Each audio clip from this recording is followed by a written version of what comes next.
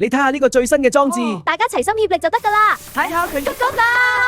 獨一夠力量。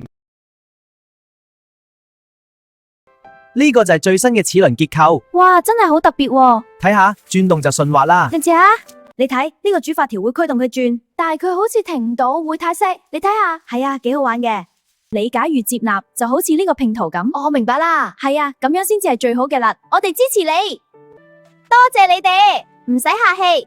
獨特就係力量。每個人都有獨特光芒。